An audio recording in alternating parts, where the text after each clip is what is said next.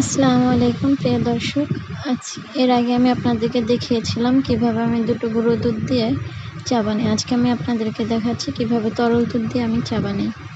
এজন্য আমি এখানে একটি 200 গ্রামের তরল দুধের প্যাকেট নিয়ে নিয়েছি। দুধটা নিয়ে নেওয়ার পরে আমি এই কাপের 1.5 কাপ পানি দিয়েছি। আর আমি দিয়ে দিচ্ছি এখানে 1.5 চামচ পরিমাণের চিনি, কারণ আমরা চিনিটা কম খাই, আপনারা চিনিটা বেশি খেলে বাড়িয়ে নেবেন। আমার চাটা বলক চলে এসেছে। এরপর আমি এখানে দিয়ে দিলাম 2 চামচ চায়ের পাতা। এখানে চায়ের পাতা 2 চামচই আমি দিই, আর এটাই একদম পারফেক্টভাবে কালারটা চলে আসে। এবার এটা আমি নেড়ে চেড়ে নিয়ে জালটা একটু বাড়িয়ে দিব। এখন আমার জালটা ছিল লো হিটে, এবার আমি দিয়ে দিয়েছিলাম মিডিয়াম হিটে।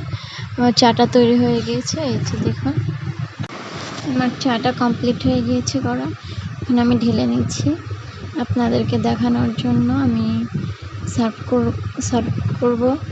এই যে দেখুন, সকালে তো বাঙালিদের 1 কাপ চা লাগেই, নাহলে তাদের সকালটাই মনে হয় না শুরু হয়েছে।